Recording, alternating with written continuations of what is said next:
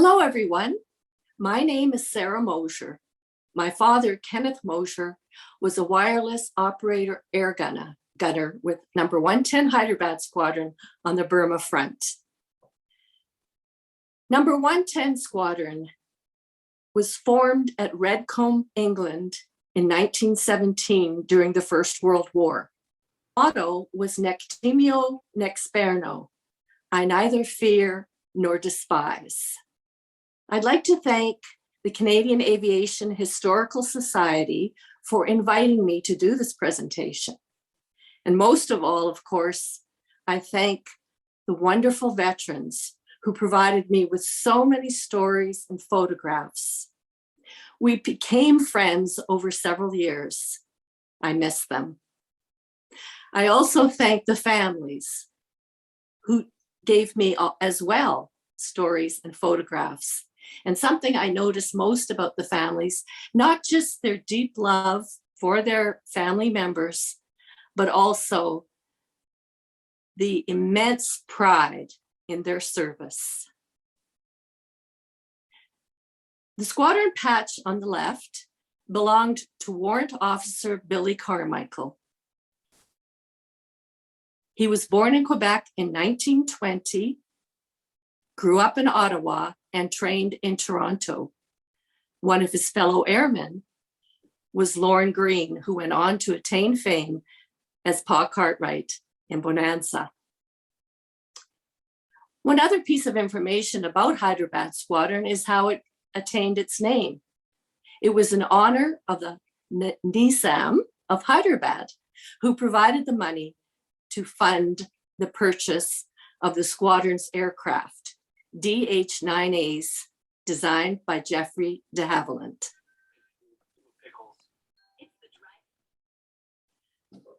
My father was born in Nova Scotia, a little place called Apple River. His cousin Ernie said, well, he called it a poke and plum town. Poke your head out the window and you're plumb through town. Dad grew up in a little fishing village called Alma, New Brunswick on the Bay of Fundy. He joined up during the war, actually right when war broke out, September 3rd, 1939. His application took a little time to go through the process, so he submitted it again. And the reason I decided that I wanted very much to research this squadron is that I discovered this was the squadron my dad flew with. I wanted to know more about military history, and particularly my dad's. Dad trained at number 1 wireless school in Montreal and number 2 wireless school in Calgary, where he was also an instructor. He was there for a couple of years before he was sent overseas in early 1942. He did some more training in England and then was shipped to Africa. From there, he and a crew of another 3 Canadians ferried a Hudson to Karachi. From there, they were posted in January 1943 to Vavunaya, Ceylon, serving with 207 Squadron, flying Hudsons over the Indian Ocean on anti-submarine patrol. He was then transferred in June to number 152 Operational Training Unit for conversion to multi-vengeance dive bombers. This is where we leave my father's story for the time being. There is no time to tell of all the ops the squadron flew, nor of the sundry duties we were called upon to do. Tommy Payne, who served most of the war with 110 Squadron, wrote a remarkable poem about the squadron where he gave a brief history of its leaders and its operations from 1917 until its colors were retired in 1971. I echo Tommy Payne's words. There's no time to tell of everything. And so this presentation focuses on Aircrew. You'll see the photograph, Tommy Payne on the upper left, And down in the middle is Tom Lawton. This photograph comes from his photo album, as do a number of photographs in the presentation. The war in two parts. 110 Squadron played a very unique role in Second World War. They participated in the War of Europe, from 1939 to 42, and then they were transferred to the Far East. In the war in Europe, the squadron flew the Bristol Blenheim bomber. They were based at Wattisham, Suffolk, under Wing Commander Ivan McLeod Cameron. The Bristol Blenheim was a three-seater, and one pilot described the armament as one miserable forward firing gun, a Browning scare gun, a pea-shooter machine gun. The aircraft was called immensely helpless against superior German fighter aircraft.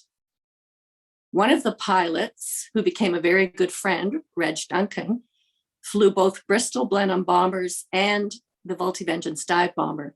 And of the Blenheim, he said, might as well give us a couple of slingshots. Number 110 Squadron scored a number of firsts during the Second World War. On September 4th, a day after Britain declares war, the squadron leads the first bombing raid against German warships anchored at Wilhelmshaven on Germany's north coast. A day before, the RAF had sent out Pilot Officer Andrew McPherson from 139 Squadron to do reconnaissance.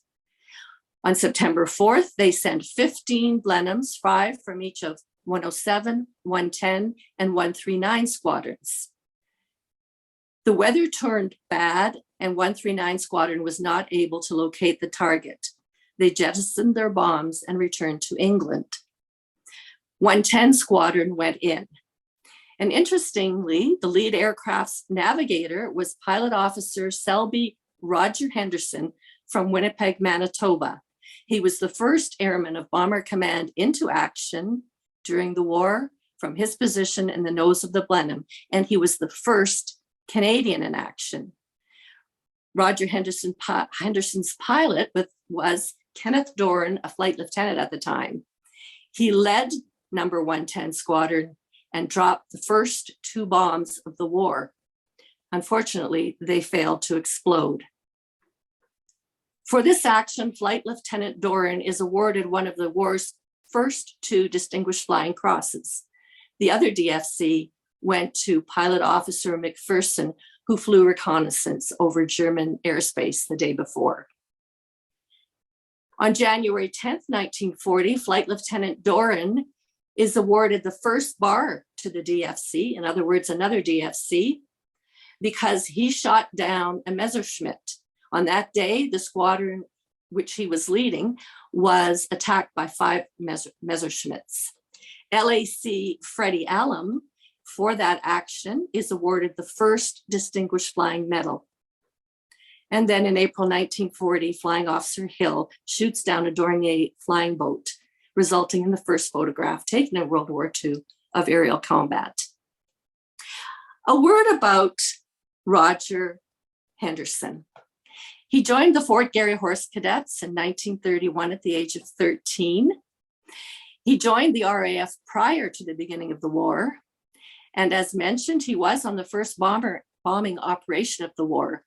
He was actually with number 206 General Reconnaissance Squadron, Coastal Command, and on loan to 110 Squadron Bomber Command. A couple of months later, in November 1939, Henderson shot down a Dornier flying boat and damaged another. For this action, he was awarded the DFC in January 1940. Sadly, Pilot Officer Henderson was reported missing on July 4th, 1940 in a Hudson on a search mission off Texel.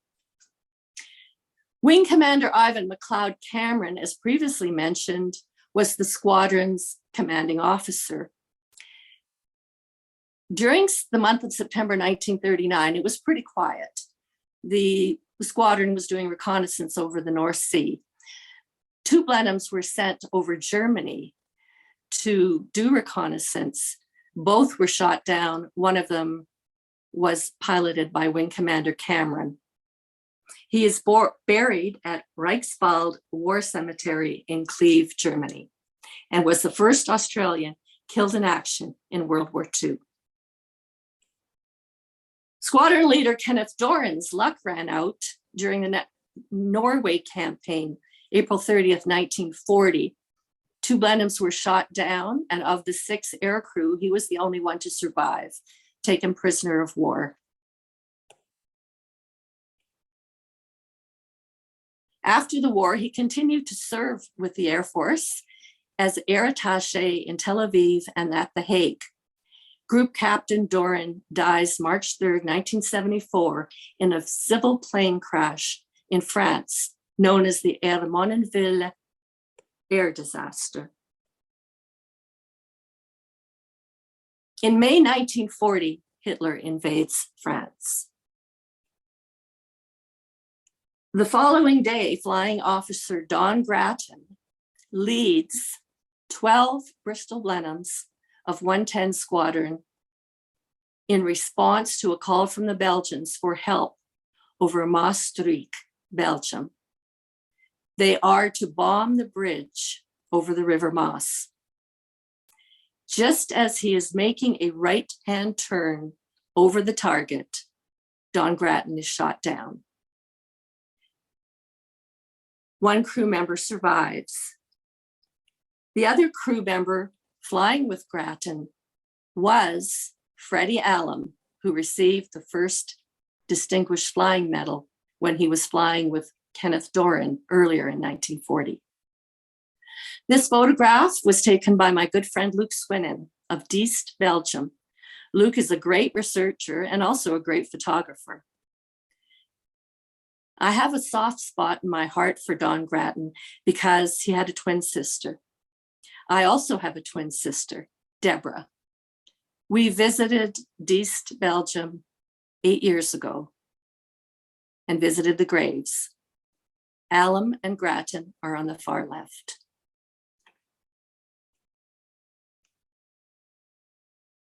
The following day after Grattan is shot down, May 12, 1940, number 139 Squadron is virtually wiped out. They lose 7 of 8 Blenheims and 15 aircrew. One of the aircrew lost is pilot Officer Andrew McPherson, who flew the reconnaissance flight over German territory on September 3rd, when war was declared. On May 14th, 1940, the RAF experiences its highest loss rate of aircrew and aircraft in the Second World War. That same day, number 110 Squadron loses 5 out of 12 Blenheims and 9 aircrew, 5 as POWs. I'd like to read a passage from Peter Sarl, a Blenheim pilot with 21 Squadron, who wrote about that fateful day, May 14th, 1940. I do not think that anyone who did not experience what we were called upon to perform this day could ever visualize the tremendous courage of our people, so many of whom died. We were 3 to a crew, 12 crews to a squadron, and our lives depended upon one another. We reached out to one another for strength and support. When one was low, we tried to boost him up. I remember seeing many of them vomiting before getting into the aircraft, a sure sign of physical and mental exhaustion. There was, too, the toll of the standbys at 30-minute readiness in the aircraft, taxiing to take off and then being recalled because the square that was chalked on the observer's map was the position of our own troops. And so back to dispersal, switch off, and then that awful waiting again. I used to look back on the old Blenheim days and wonder how any of us survived.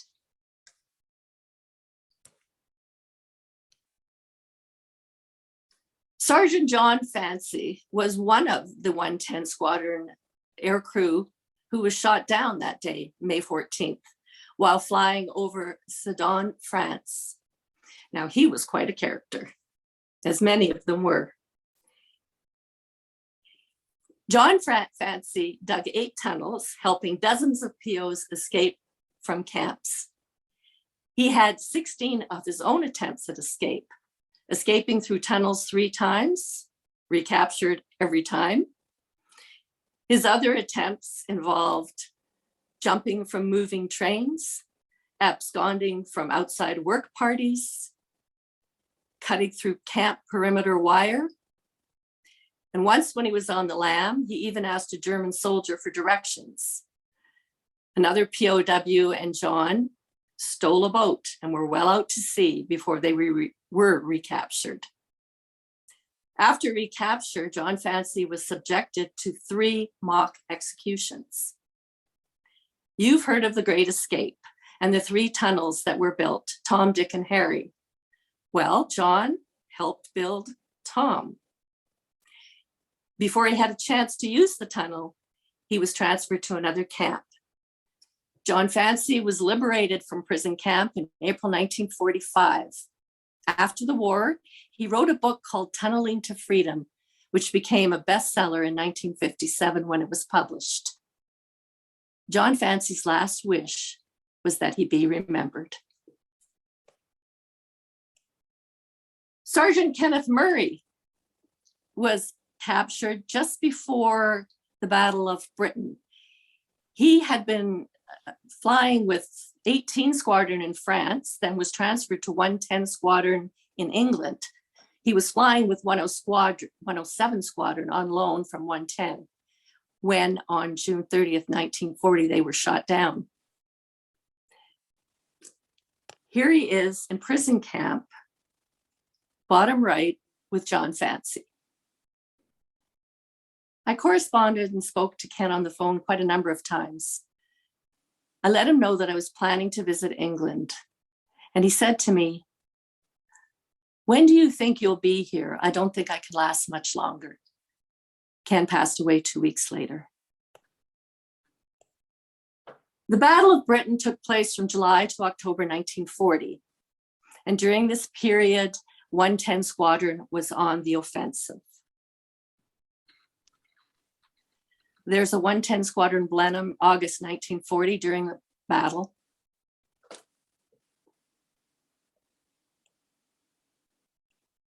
The following year, March to July 1941, was the Maritime campaign, which they called Operation Channel Stop. In early March 41, Hitler begins a maritime blockade of Great Britain with the intention of moving forward with the invasion previously planned for September 1940. As a result, Prime Minister Churchill issues Bomber Command with a new order to give the war at sea absolute priority. German vessels are to be sunk at any cost, even if it means losing 80% of crews and aircraft. It would prove a prophetic directive. During the Maritime campaign, 50% of crews and aircraft from every operation were lost. The average lifespan of a Blenheim aircrew was 3 weeks. This is a Bristol Blenheim that was staged for the RAF photographer in 1940. And if you're searching for 110 Squadron Bristol Blenheim on the internet, you will find this photograph pretty much every time. It belongs to the Imperial War Museum. It was lost in 1941 during the Maritime campaign, piloted by Flight Lieutenant Edward Nation Steele from New Zealand. Again, during the Maritime campaign, Flight Sergeant Arthur Gesford. He and his crew sunk a 2,000-ton destroyer and were given a 48-hour pass as a reward. 2 months later, they were dead. Gesford did not have to go up that day, but he volunteered. Sergeant Keith Mackenzie was part of Gesford's regular crew. He didn't go up that day. Someone went in his place. He survived the war and remained in the Air Force. And by the way, he flew 75 operations with Gesford. Sergeant Eddie Gibbs. His regular crew was sent on detachment to Malta in July 1941. And Gibbs didn't go. He had been taken off flying duties just beforehand because of his poor eyesight. He too survived the war. The war in two parts. Part two, often called the Forgotten War in the Far East. Number 110 Squadron flies the multi-vengeance dive bomber and de Havilland Mosquito during this period. Top cover for their Vengeance dive bombers is provided by Hawker Hurricanes, and their goal is to supply close air support for the British 14th Army on the Burma front. Again, 110 Squadron scored some firsts. They are the first squadron to operate dive bombers on the Aircon front in 1943. And those operations were 100% successful. Wing Commander Saunders and Flight Lieutenant Stephen are the first British officers to enter Rangoon on its liberation in May 1945. Ron Prankert, a Mosquito pilot, confirmed what I'd already read about Rangoon and the prisoners of war in there, where they had left a message on the roof of the jail saying, "Japs gone, extract digit." So that means put your finger out and get busy and liberate us. So Saunders and Stephen had landed there to investigate. Sure enough, they found the prisoners in the jail and liberated them. And then Saunders borrowed a sampan and went up the river to warn the Navy and the Army that there was no need to go ahead with the planned invasion of Rangoon. Ron Prankert said, "No need to have the Navy and the Army invade when you've got two Air Force chaps to do the job." The squadron went over to the Far East from Liverpool, England, on the Dutch liner Johan van Oldenbarnevelt, the JVO. It took 2 weeks before they finally reached Bombay. And once there, they took the train to Quetta. In Quetta, they spent 4 months waiting for delivery of their multi-vengeance dive bombers. They stayed in bashas or huts. They filled their time with courses in aircraft recognition and route marches, this one in Hannah Gorge. They also had plenty of time for sports. This is a tea break from a cricket match. They had a little bit of time to explore the local region. And here's a snake charmer. You can see the snake's head down in the middle at the bottom. One of the crew, actually, Noah Knocker Lewis, loves snakes. He was an avid collector. And so he couldn't have been in a better place. When the multi-vengeance dive bombers were due to arrive, the squadron was leaving Quetta to go to Karachi to pick up the dive bombers and start their training. They were to cross the Indus River by train. However, the floods had brought down the river, had brought down the bridge. So they crossed the river in small barges. Again, these photos are from Tom Lawton's photo album. So in November 1942, they finally picked up their multi-vengeance dive bombers, a two-seater with 6 machine guns and a bomb load of 2,000 pounds. And like the Bristol Blenheim, a maximum speed of 279 miles per hour.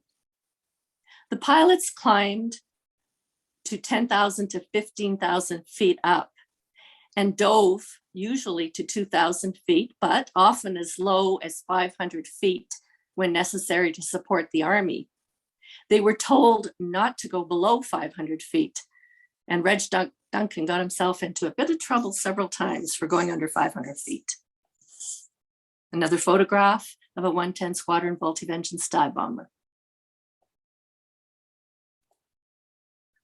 Warrant Officer Billy Hoagie Carmichael, called Hoagie Carmichael because there was a popular jazz musician at the time. You might be familiar with Stardust. And his name was Hoagie Carmichael. This is the fellow whose squadron patch we saw at the beginning of the presentation. And here he is with his little brother, Stuart, who lives in Calgary. This is Billy's air gunner, Tommy Lawton from England. And tragically, they were practicing a dive over Karachi Harbor on December 10th, 1942, and were killed. They failed to pull out of the dive. And as Reg Duncan said, it was difficult diving over water because of the reflection. Reg was on the dock and witnessed them go in. When Billy was in Kedah, he met a girl and she gave him a little puppy. Reg adopted Spunky after Billy's death.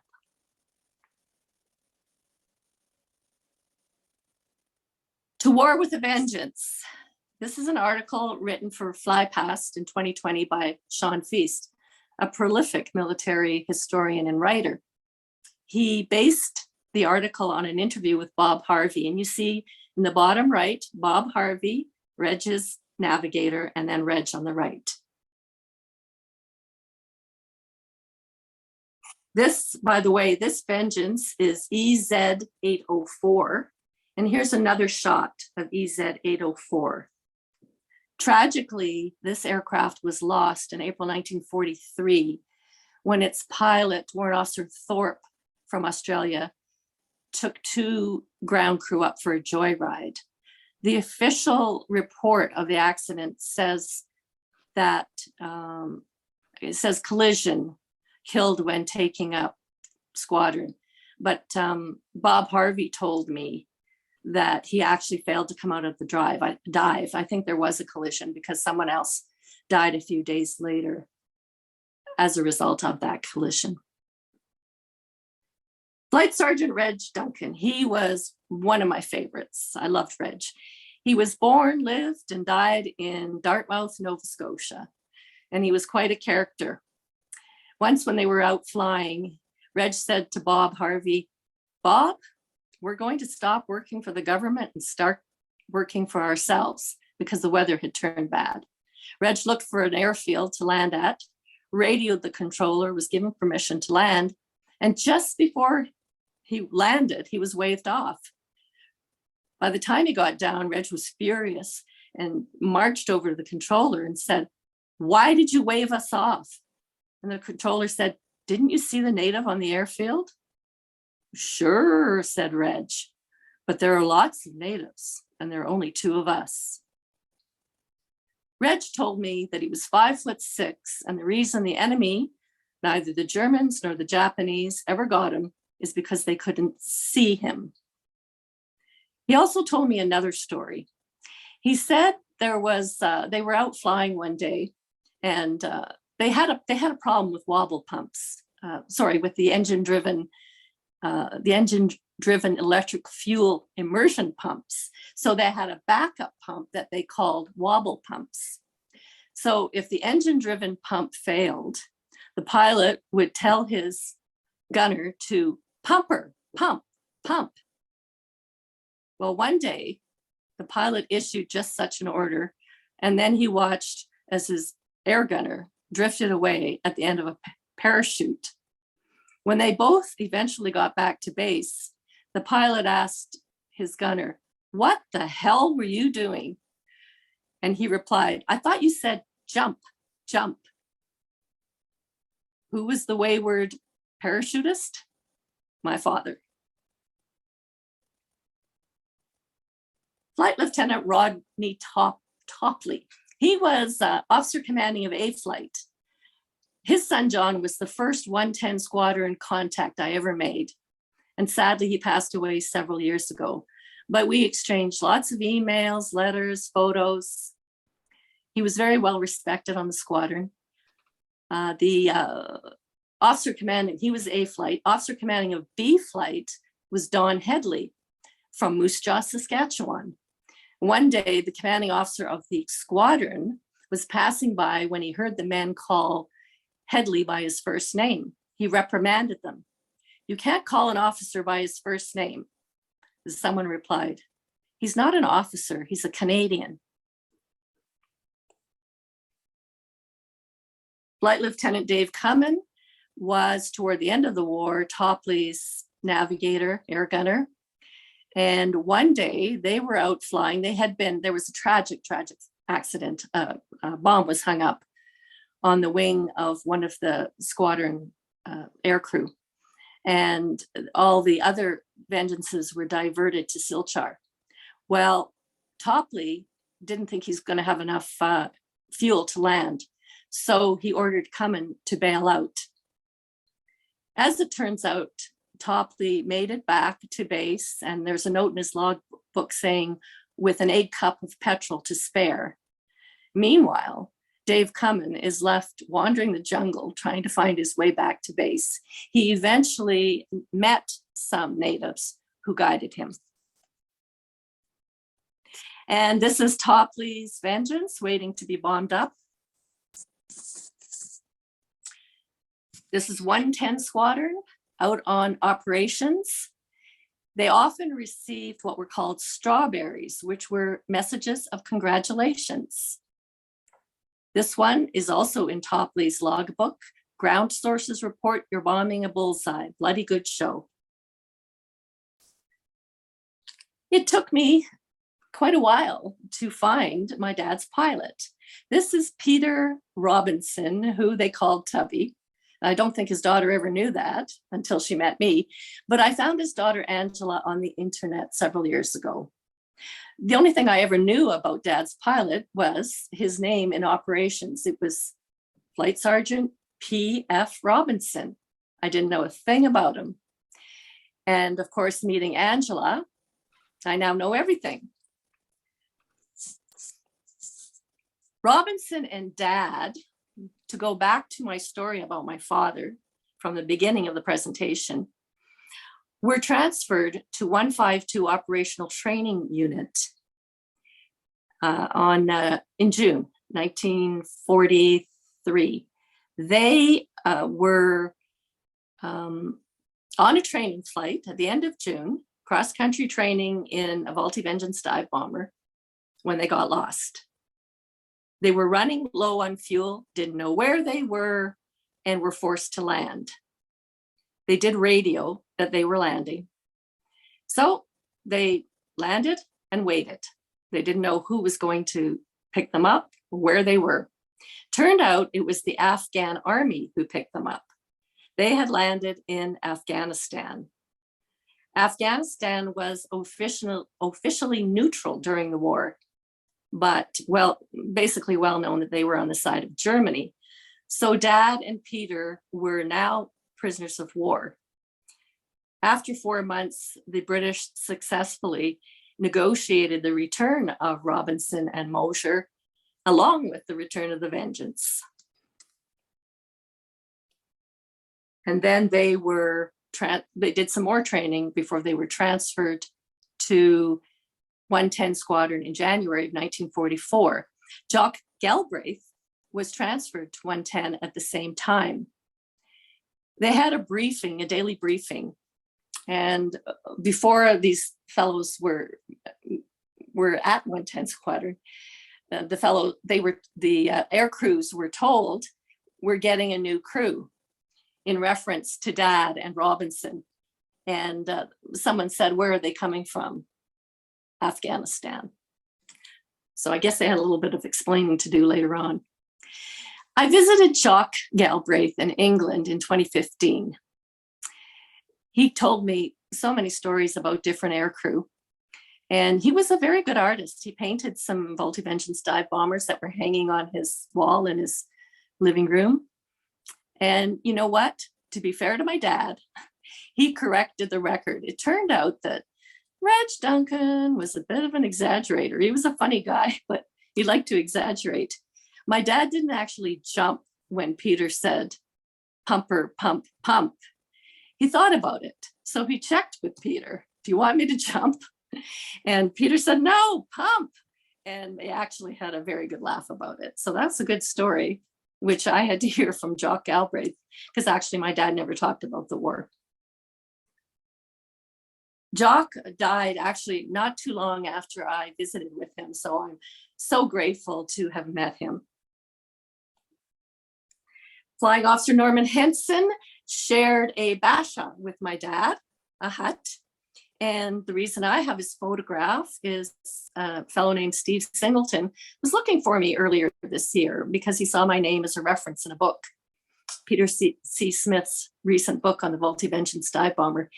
And he contacted a nostalgia radio station in Winnipeg to see if they could help him. They referred him to the Canadian Aviation Historical Society, who referred him to John Graham at McNally Robinson Books, where I launched my books. So John knows me and got in touch. And this is some thanks to Flying Officer Norman Henson for getting us all together. 110 Squadron went all through the simultaneous battles of Kohima and Imphal, flying numerous sorties a day in support of the British 14th Army. On May 25th, the monsoon broke, and this flight was taken out of the line for good. My dad is in the back row, fifth from the left, in front of a new multi-vengeance dive bomber. Of all things, they were tasked to fly to Takoradi in West Africa to spray for mosquitoes. I thought it was kind of ironic because Dad ended up on his last posting to Winnipeg, home of the mosquitoes. Dad served in the Air Force for 25 years, 5 of them wartime. In December 1944, most of these air crews who went on this detachment to Takoradi were repatriated to their home countries. During this detachment, however, en route, Flying Officer John Matches Robertson from Toronto was killed. Weather was very bad. He was leading a flight of 5 Vengeances. 4 of them turned back, and unfortunately, he and Ralph Collingham, his gunner, didn't make it. It was not known where they crashed until 1952, when their graves were found in a remote area of India and reburied. They were reburied at Kirky War Cemetery. After a lot of the multi-vengeance crews were repatriated, the squadron moved to Johari, India, and began training on the de Havilland Mosquito, the wooden wonder, which pretty much everyone is familiar with, light, long range, and fast, maximum speed of 378 miles per hour, and a bomb load, again, of 2,000 pounds. The squadron was tasked at that time with hampering the Japanese retreat and flying armed reconnaissance. They were taking off in groups of 2 mosquitoes on numerous sorties a day, and they were spaced apart. One group of 2 took off, and a few minutes later, another group. These are 2 of the mosquito pilots who were South African. And as is well known, Bomber Command consisted of aircrew from the Commonwealth, from all over, from the United Kingdom, Canada, New Zealand, Australia, South Africa. Here's another one of my favorites, Flight Lieutenant Ron Prankard. He was a Mosquito pilot, trained in Debert, Nova Scotia. He was actually sent over to the Far East, close to the end of the war, but flew on some of its last sorties. And this is George Richards, his navigator. This is Flying Officer Paul Hunt, another fellow I knew who died just last year. He was a very good artist and a great person, really great person. He actually put me in touch with Jock Galbraith, whom I visited in England. And he too was a very fine artist. This is a mosquito he painted and sent me a copy of. The Japanese surrendered, unconditionally on August 15th, 1945. There is no time to tell of all the ops the squadron flew, nor of the sundry duties we were called upon to do. Suffice to say, we did them well. Our fame will long survive, and we dropped the last bomb of the war in August 45, from that remarkable poem, The Toast to 110 by Tom Paine. 5 days after Japan surrendered, August 20th, 1945, the Japanese were still giving the British trouble. So the RAF sent out some of the squadrons to bomb them. And 110 Squadron was led by Squadron Leader Twitch Turner. He led eight Mosquitoes on this mission and gave the distinct honor to 110 Squadron of having dropped the first bomb of the war and the last bomb of the war, the Mosquito piloted by Warrant Officer Alan Rendell. Someone once said, there is one thing that any one of us can do. Remember,